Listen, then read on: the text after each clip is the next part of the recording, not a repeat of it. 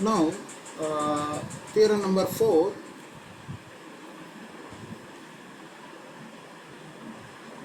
This one student has to try. I give like an exercise. You can write the proof and write it in the notebook. If f is a function from a to b, and suppose x is a subset of a. Now we are concentrating on domain. All this x belongs to a and y also belongs to the domain. Previously we discussed everything belonging to x and y belonging to the codomain. Then we have to show that f of x union y equals to f of x union f of y. This is left to the students to write the proof. That is very much similar to, we have to use the definition of union and intersection and inverse images, properties, everything clearly, and they can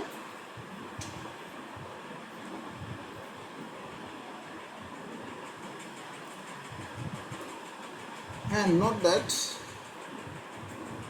student also must explain this one. So suppose this is true for union, and what about intersection? F of x intersection y equals to f of x intersection f of y. For x is a subset of a and y is also subset of. This is not true always. This relationship need not hold. Need not hold true. Okay. Why? Because I will tell you.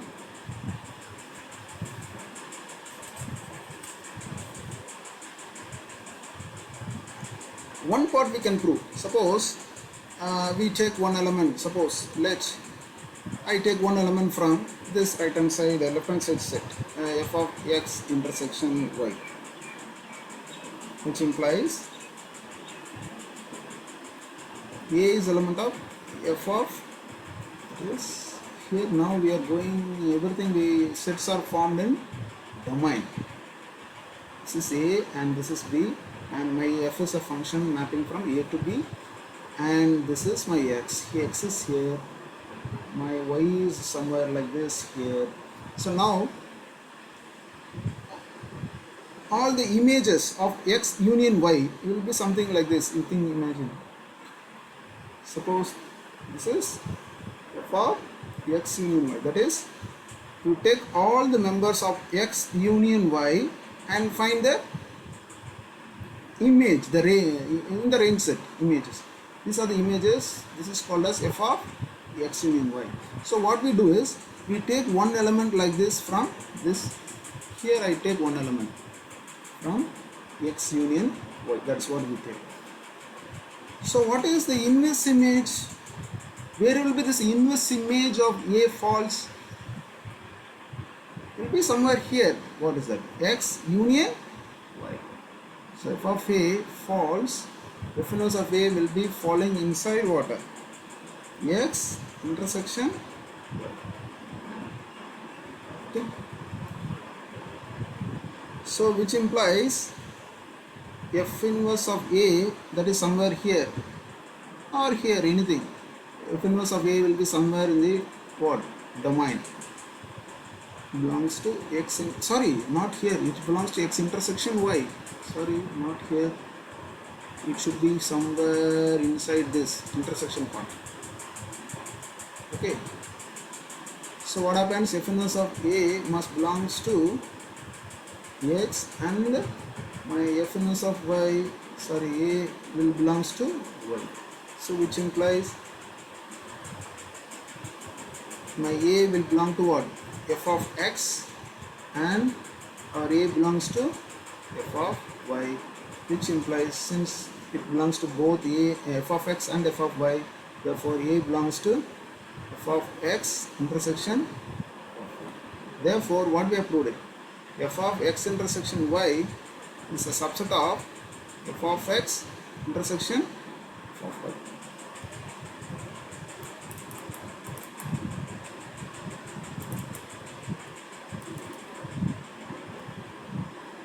Now we take the other way.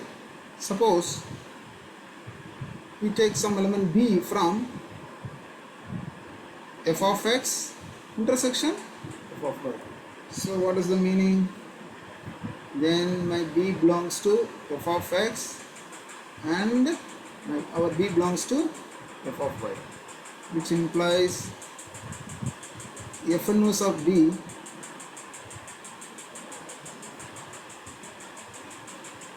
So what is f inverse of b? That is what is important. We have to analyze this. See here.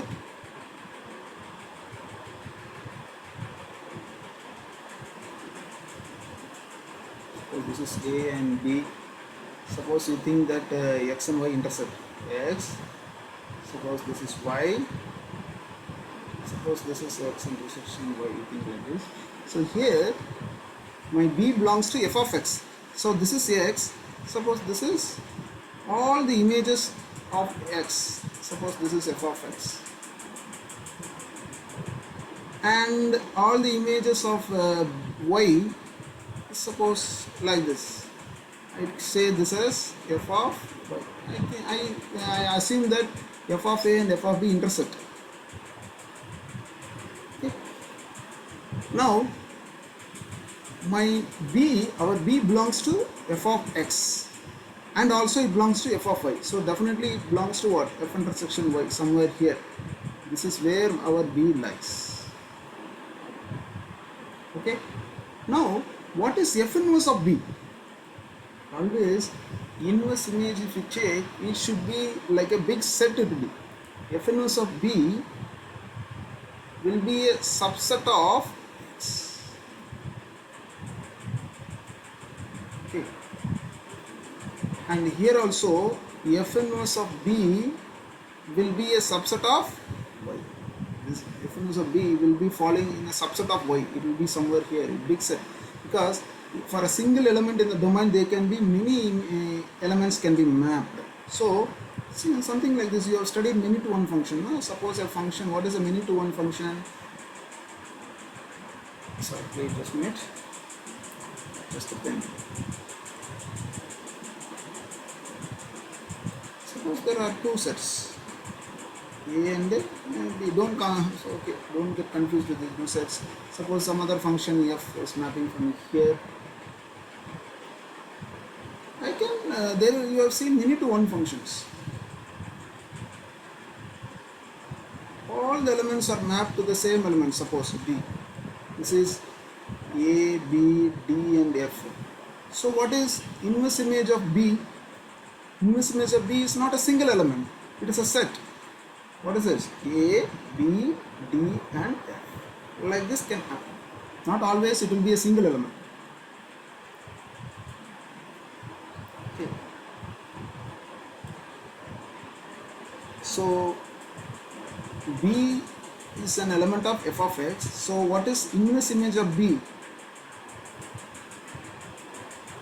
It is not a single element, no? So I cannot write like an element. So that's why we have to write like a subset. This is where we get here this step.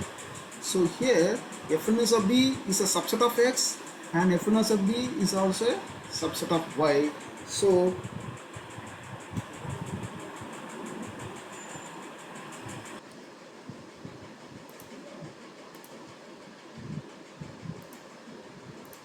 here,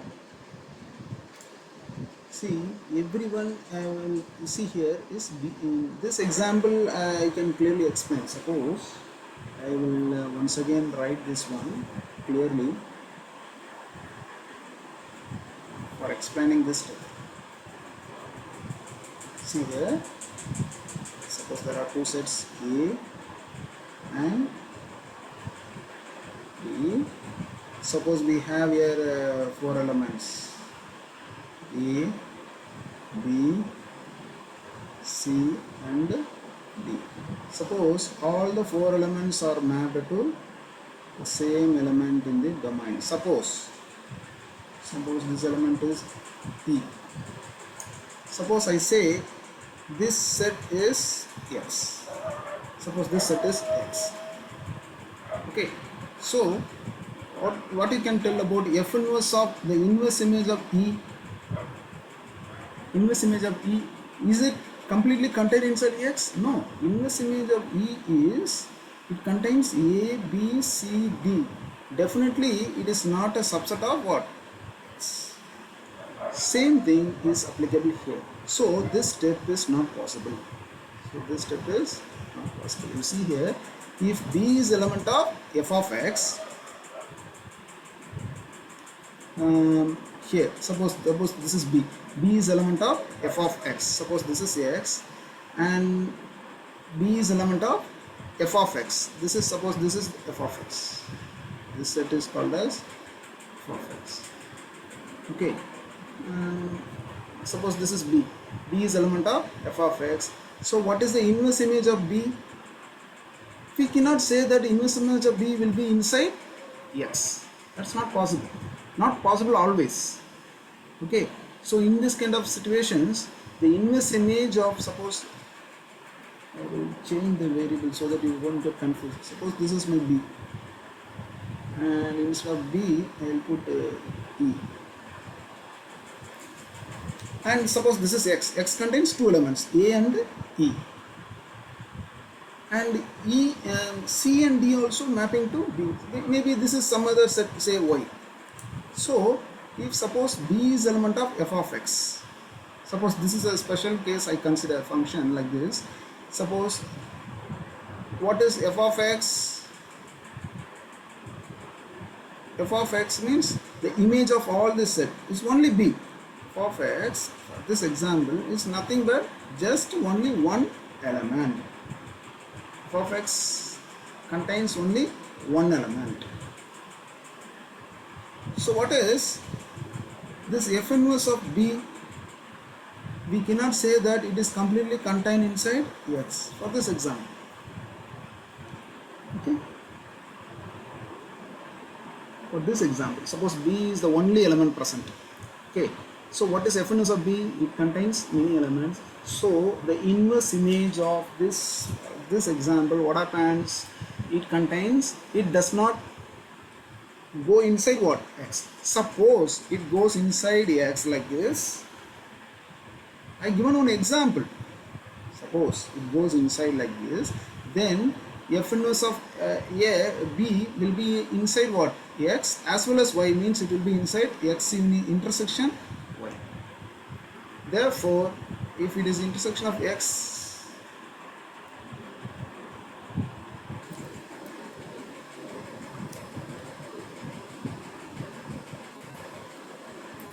see, if it falls like this, then we can say that B is contained inside f inverse of x intersection y, and we get the theorem done.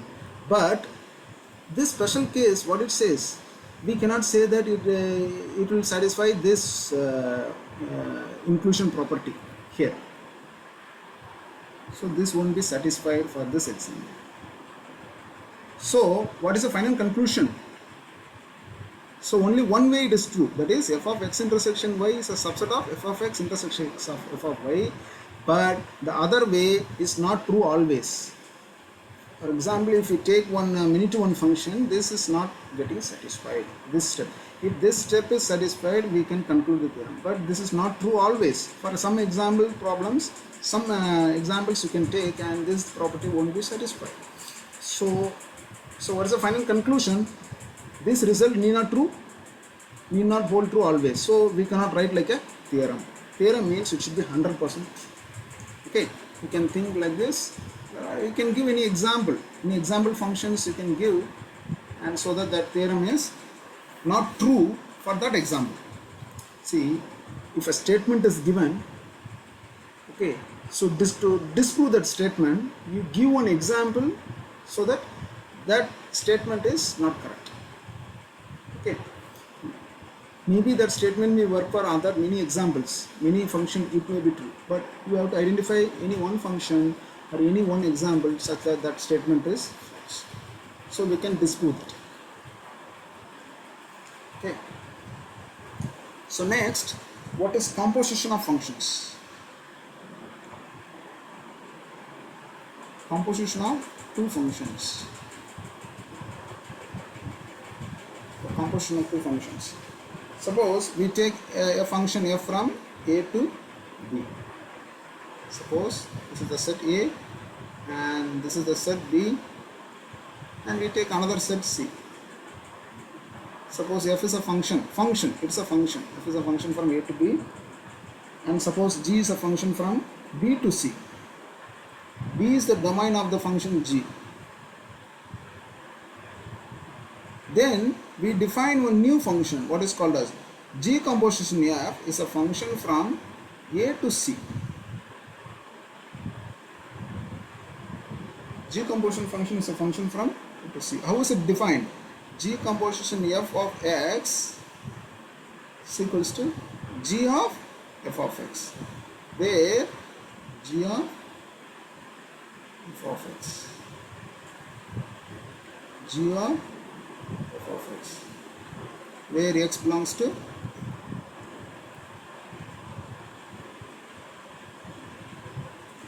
for example one function we will take it. Suppose f of x is one function, it is written as 1 plus sin x, where minus infinity less than x less than infinity, and g of x equals to x square